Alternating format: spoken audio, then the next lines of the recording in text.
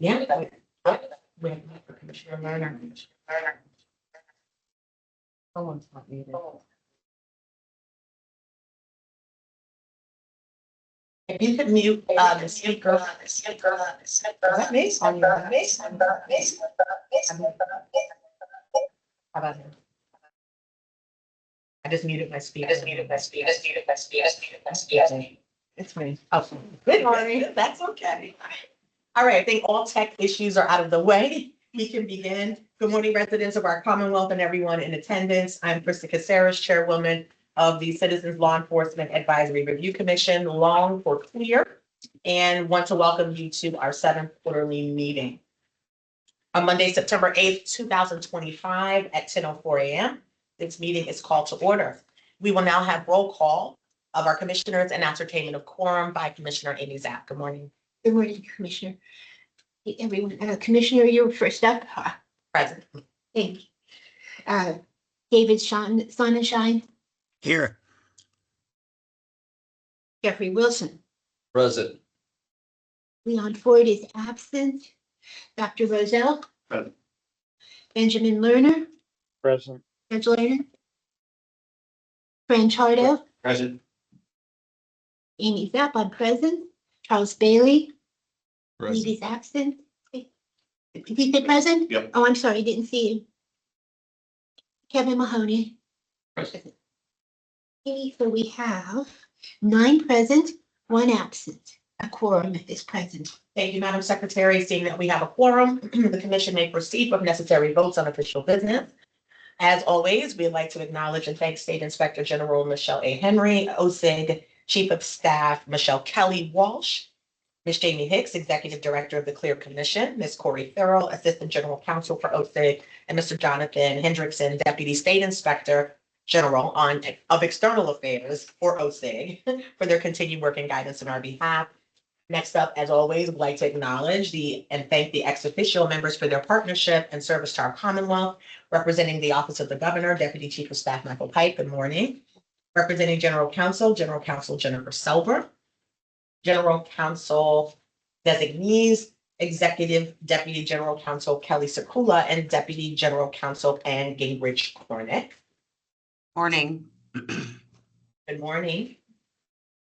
Representing the Pennsylvania State Police, Colonel Christopher L. Harris, and the designees for PSP, Major Jonathan Rush and Major Peter Gutowski. Representing the Pennsylvania Department of Conservation and Natural Resources, Secretary Cindy Adams Dunn, and the designee, Deputy Secretary John Norbeck. Representing the Pennsylvania Commission on Crime and Delinquency, Executive Director Kirsten Kenyon. Good morning. Representing the Pennsylvania Department of Corrections, Secretary Dr. Laurel Harry. With us today is Deputy Secretary Deborah Carpenter. Good morning. And lastly, representing Capitol Police, Chief Joseph M. Jacob. We do have one matter of business that requires a majority vote, and that is to adopt the minutes from July 9th, 2025. The minutes were distributed prior to this meeting for review. May I have a motion to accept the minutes for July 5th, 2025? So moved. Thank you. Thank you, Commissioner. May I have a second? Second. Thank you, Commissioner Roselle. We have a first from, there were 3 firsts, but we will go with Commissioner Jeffrey. I'm sorry, Commissioner Roselle for the second. Any questions or discussion before we move to a vote? Okay, seeing none, hearing none, all in favor? Aye. Any abstention or opposition? Perfect. With unanimous vote, the motion carries. Next, I'm pleased to announce that the Clear Commission completed the 3rd round of case reviews for our 3 designated committees, as outlined in our executive order. As previously mentioned, the Governor's Executive Order 2023-21 provides for the process by which the Clear Commission will follow under Section 4, Paragraph 1, Section A through C. The Commission is authorized to review covered agencies' completed internal investigative findings related to allegations of use of force and bias-based policing. We review events, policies, practices, and procedures, and make recommendations to correct any perceived policy or training deficiency when and where appropriate for covered agencies following the completion of a case review. The Bias-Based Committee is charged with reviewing all investigations related to allegations of racial or ethnic discrimination and other bias-based policing or external complaints of bias or discrimination during interactions with covered agencies' law enforcement efforts. The committee members are myself, Commissioner Caceres, Commissioner Sonnenschein, Vice Chair Sonnenschein, and Commissioner Bailey. We will now hear the committee's case review, which will be delivered by Chair Commissioner Kevin Mahoney. Thank you. I have this broken down by date to make it easier, so talking forever, rambling on. The complainant in this case was a reentrant under DOC supervision since December 15, 2019. He had been previously convicted for drug-related offenses, including possession with intent to deliver. He had a history of supervisory resolutions, non-compliance with parole conditions, and ongoing drug use. All prior sanctions given to him for these violations were non-custodial. The Department of Corrections received credible evidence from a community member and law enforcement about ongoing narcotics activity. Complainant obtained a new property without reporting to DOC, violating supervision requirements. Based on prior violations, a new intelligence and parole search was approved, which was conducted on June 11th, 2021. 5 parole agents and 1 K-9 parole agent were involved in the search. They discovered cocaine and a substantial amount of U.S. currency. Local law enforcement took custody of the evidence and initiated an investigation, and the complainant was arrested by local police. While incarcerated, the complainant made a formal complaint alleging racism and discrimination, false drug test reporting, authorized use of a K-9 unit, and an unlawful search of a family member's vehicle. This investigation was assigned to district leadership for investigation on May 27, 2022. A review conducted determined that the supervision complied with policies and procedures, and no stiff staff misconduct was found. The committee's findings were as follows. There was a policy violation in the complainant handling. Applicable policy, DOC Department Policy 1.03.02 requires a written response within 15 days of receipt. The complaint was received on April 27, 2022, and not assigned until May 27, 2022. A written response was not issued until 43 days later, violating policy. We found deficiencies in DOC's response. The response was dated June 9th, 2022, the same date the case was closed. DOC provided what we thought was a generic response, which lacked specificity and gave no follow-up. It really suggested the issues he addressed be addressed at a future parole violation hearing. Allegations of racial bias in the complaint were not addressed. And we found that this lack of documentation creates future liability and hinders accountability and transparency. DOC, in their presentation, admitted that compliant response policies in 2022 were insufficient, and new procedures were initiated in 2024. They are as follows. All complaints directed to a designated resource account. The central office manager reviews every complaint for potential bias per Executive Order 2023-21. If bias is suspected, a case is investigated by a field services manager with clear guidance, and any indication of bias referred to the Bureau of Investigations and Intelligence. In our prior investigation review conducted by the bias-based committee, we recommended a top-to-bottom change with their complaints. Now, I'll give a brief rundown of our recommendations at the time. This was a clear policy statement defining internal affairs investigations, process, purpose, and coverage, standardization of key terms, including bias-based policing, standardized reporting templates, detailed complaint processing reporting procedure for citizens and reentrants, requirements to verify and memorialize interviews and statements, define rights of complaints and accused, consistent with union agreements, define all possible investigation outcomes. The DOC did notify us that they were planning to implement all of our prior recommendations. So the only recommendation we had for this investigation was that the DOC would continue the full implementation of the 2024 procedures for handling bias-based complaints and the Commission's corrective action reports for bias-based case BB 21-2020. Thank you very much, Chair Mahoney. Any comments from any commissioner related to that particular case review? I am awaiting those virtually if anyone would like to weigh in. Right, hearing no comments, the floor will be open for public comments or any comments from the agency.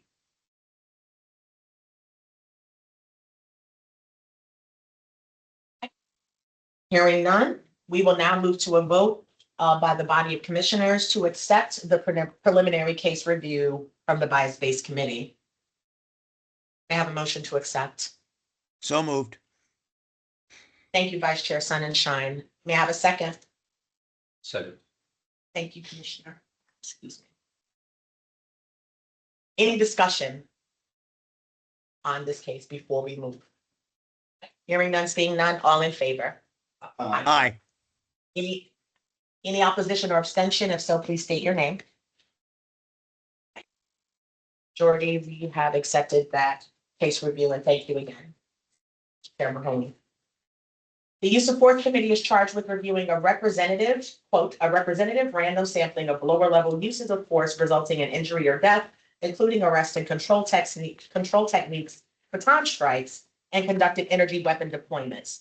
The committee members are Commissioners Wilson, Chardo, Mahoney, and Roselle. We will now hear the committee's case review delivered by Committee Chair and Commission Vice Chair Davidson. Commissioner. Thank you, Madam Chair. This particular review involves the Pennsylvania State Police lower level use of force. The incident was rather complicated. I'll describe it as quickly as I can in general terms, and then get to what the disposition was and what the issues of the use of force were.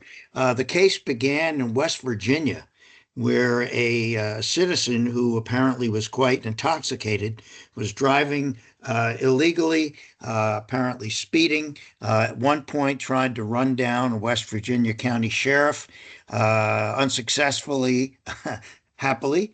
Then a chase began in West Virginia, a police chase. The subject eventually made his way into the state of Maryland, where Maryland troopers picked up the chase, and then eventually crossed the Maryland line into Pennsylvania, where Pennsylvania troopers had been alerted by Maryland troopers that this rather dangerous seeming individual was on his way into Pennsylvania.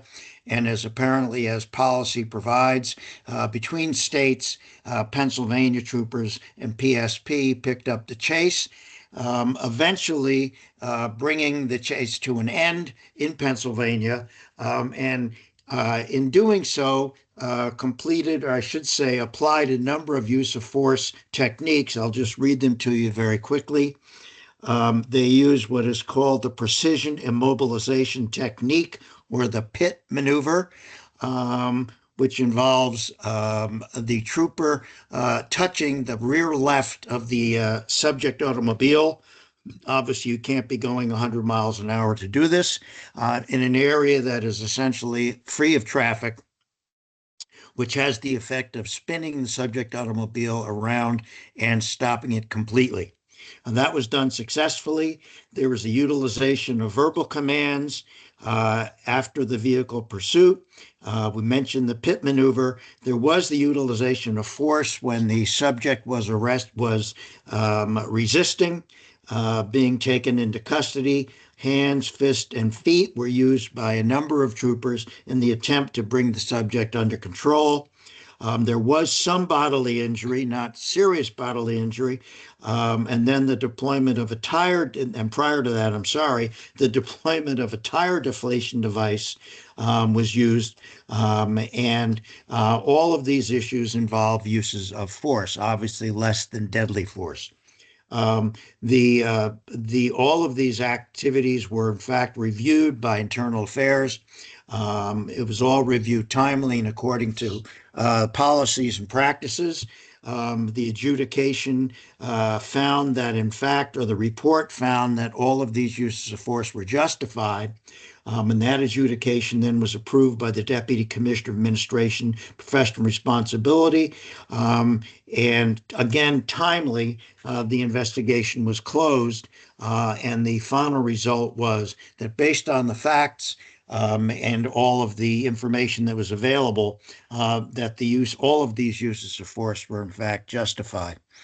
We had access, I might tell the public, to video of the stop of a whole range of these use of force techniques, which happily was available from either, I don't remember, body cams or the vehicle cams, and we had access, in fact, to the reports of the summaries of the statements taken from the various officers, and there was a fairly large number who were involved. And based on all of that information, we find that the use of force here was in fact correctly judged to be justified. We found no evidence warranting any recommendations for corrective action to the various uses of force that were applied here or the policies that call for them. Thank you, Vice Chair. We will now open the floor to commissioners' comments if there are any. Hearing none, we will now open the floor for public comment if there are any. Right, with that, I heard something, I wasn't sure. Okay. With that, we will move to a vote from the body of the commissioners to accept the preliminary case review from the Use of Force Committee. May I have a motion to accept? Motion. Thank you, Commissioner Wilson. May I have a second? Second. Thank you, Commissioner Zapp. We have a first and second. Any further discussion or question before we move to a vote? Hearing none, all in favor? Aye. Any abstentions or opposition? If so, please state your name. Hearing none, we have a majority acceptance of that preliminary case review. Finally, the Critical Incident Committee is charged with reviewing, quote, all investigations of police-involved shootings resulting in injury or death of civilians by covered agencies, end quote. Committee members are Commissioners Lerner, Zapp, Bailey, Chardo, and Ford. As chair of this committee, I will deliver the case review. And as always, I will give a little more detailed breakdown of the case because someone did lose their life. On February 8, 2022, during the late evening hours, PSP, Pennsylvania State Police, was contacted by an adult female who requested a welfare check to her friend. The subject, an adult male, appeared uninvited earlier at her residence armed with a loaded shotgun and made comments about harming himself. At the time, the subject was also reportedly under the influence of alcohol and was alcohol and drug dependent. The subject left the location and returned to his own residence. A police officer from a municipal police department responded to the complainant's residence to speak with her to obtain background information on the subject. At approximately 10 p.m., several Pennsylvania State Police troopers were dispatched to the subject's address to attempt to locate him. While PSP was present, the subject discharged firearms numerous times, both inside and outside of his residence. Knowing that the subject was armed with a firearm, troopers established positions of cover around the perimeter. It was learned that troopers had responded to the same address previously for a similar incident. I believe it was 3 days before, during which contact was made with the subject with the assistance of his father. The subject was observed exiting the residence, going to his vehicle, then returning to the residence. Responding troopers contacted the subject's father and enlisted his assistance. When PSP responded to the subject's house, the subject's father asked the subject to come out and speak with police. The subject's father also made a recording that was subsequently used to ask the subject to come out. Troopers outside the subject's residence reported hearing the subject scream vulgar responses that included demands that the troopers leave the property to their request that he exit the home. While troopers and the subject's father were trying to convince him to come outside and surrender, they heard multiple gunshots fired from the rear of the residence. During the incident, the police communications officer coordinated contact between County Crisis and the complainant so that assistance could be provided to the subject. Based on the subject's behavior, a perimeter was established and the PSP Specialized Emergency Response Team, also known as CERT, was activated and responded to the scene. A member of the Troop Criminal Investigation Unit prepared and obtained a search warrant for the subject's residence. An arrest warrant for 302 mental health commitment based on the complainant's observations of the subject was also obtained. CERT members relieved troop members on the perimeter and made numerous attempts to peacefully resolve the incident. Certain negotiators attempted to contact the subject via use of a deployable phone, since the subject did not have a phone within his residence.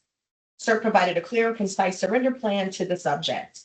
Rules of engagement, which were approved by Sergeant Number 1, were communicated and included the protection of self and others, as well as the approval of the utilization of less lethal weapons. The subject disregarded several verbal commands by troopers to exit the residence. Numerous attempts to convince the subject to surrender were also unsuccessful. The subject exited the residence several times onto a second-story rear balcony and at one point shouted, I will not use the word, "Now you got me really effed off. F you." The subject then re-entered the residence. These actions were witnessed by Trooper Number 1, who was in a concealed perimeter position at the rear of the residence.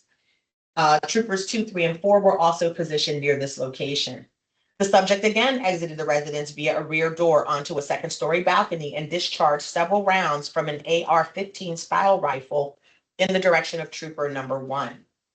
In a subsequent interview, Trooper 1 states, I heard a distinct crack of a round go by very close to me. Trooper 1 also related seeing 5 muzzle flashes.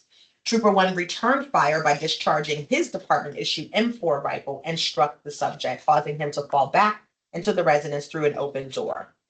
A drone was flown into the residence and the subject was observed motionless on the floor of the upstairs bedroom with blood near his head and hands.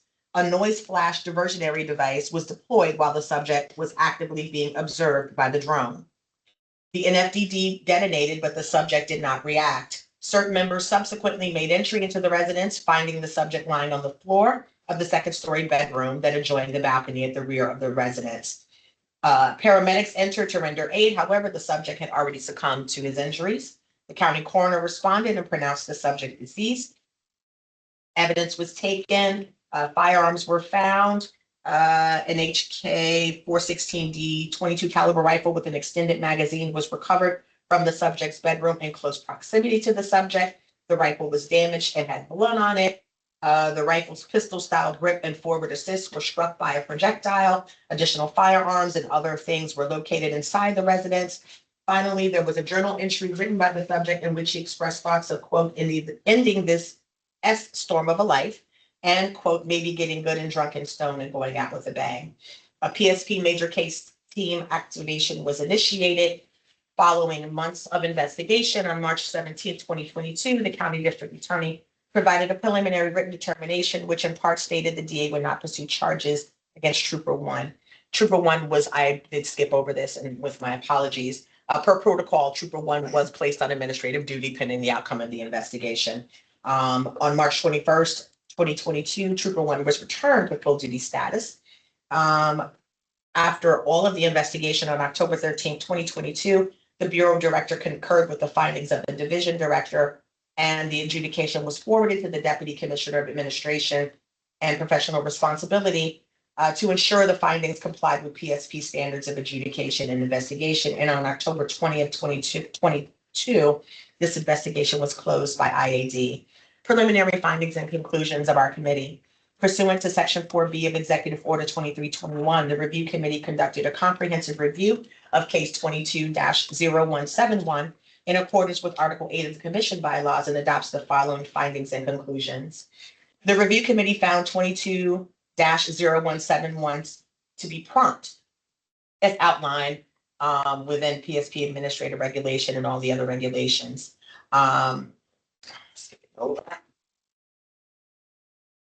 Go back, apologies. On March 21st, 2022, following the DA's March 17th, 2022 preliminary opinion that the shooting was justified, Trooper 1 was returned to full duty status. Following the DA's prosecutorial determination in July of 22, the IAD investigation, which included review of all interviews, documentation, and reports, was completed. Based upon the facts contained within PSP's comprehensive written summary and oral presentation, the Review Committee finds 22-0171 was complete, as the IAD investigators collected all pertinent facts reasonably obtainable and conducted all relevant interviews. Additionally, the Review Committee found no concern related to fairness and impartiality, and 22-0171 was presented to be free of any conflict of interest based upon the case summary and documentation submitted for review. The Review Committee also found that based upon the facts contained within the case summary and documents provided by PSP, the investigative findings were reasonable based on the totality of the circumstances and in accordance with PSP protocol. So as we have reviewed everything and found no issues, no recommendations, we will make no recommendation for corrective action based upon the full review of 22-0171 and finding no policy or training deficiencies. That is the conclusion of the Critical Incident Committee's case review. Floor is now open for commissioner comments. In person or online. Okay, hearing none, we will move to public comments if there are any. Madam Chair? if I may? Yes, please, Commissioner Roselle. Thank you. So part of the appointment process for the Clear Commission is some members are appointed for 2-year terms, some are appointed for 3-year terms. My term will end at the beginning of November of this year. I have chosen not to ask for reappointment, and I'd like to share a few comments about why I find that. The preamble of the executive order called for transparency. I think that's a really important value. I think it's a really virtuous value, and I hope I can do right by it. But if I can give a little bit of context, my day job is I'm a physician, I'm a doctor. And yesterday, as I was getting in the car to come on to drive on out for this, one of the nurses at one of the programs I cover called me and they were discussing one of our patients who was ill. And there was a lab value that suggested one response. And there was a lot of context about this person who was ill, not just about her lab value, but about her illnesses, about how she interacted with the health systems. And we could have gone directly after that one lab value and made her ill, possibly killed her, or we could have looked at the whole person and what was going on, right? The nurse made absolutely the right call, and she put a stop on an intervention that would have addressed that lab value and helped us do what we want to do, which is treat the whole person in front of us. We talk about that a lot in medicine, that we treat people. We don't just treat lab values. Commissioner Wilson, I hope we don't botch the metaphor. It's about the music. It's not just about the notes, right? A lot of my time, I do investigations, both in clinical settings, in collaboration with law enforcement, in collaboration with, various other sundry organizations. Investigation needs curiosity. It needs collaboration. It's not just a checklist. It's about context. It's not just a sequence. It's about collaborative discussions and being comfortable with some of those ambiguities to figure out what the answer is, not just for what's something compliant, is it adherent with a rule or regulation, but could it have been done, could it be done better? And if so, how could we do it better next time? Knowing that we can do everything right this time and still have tragic outcomes, and we want to find ways to do it better. The calling and vision of the preamble of the executive order are laudable. Indeed, that's exactly what compelled me to join. It's a good mission, and I have a strong belief in that. And I thought I also had some good skills and experiences that might help with that. Right? The remainder of the executive order has made it all but impossible to meet that mission. And that's been a deep frustration, both in how it's been interpreted and how some of our partnering agencies have approached some of the questions. But I do want to say that it's been an absolute privilege to be a part of this commission. As I leave with the deepest respect for the members of this commission.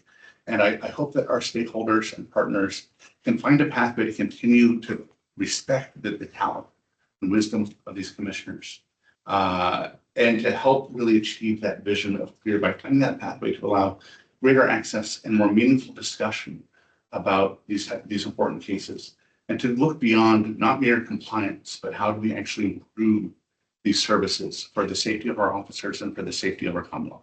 Thank you. Thank you, Commissioner. And I will take this time now on behalf of the commission to thank you immensely for everything you've brought to us, your curiosity, your questions, your vocalization. It's all appreciated and will be missed. Thank you so much. But we got you for a little while. Yes. It's not quite over.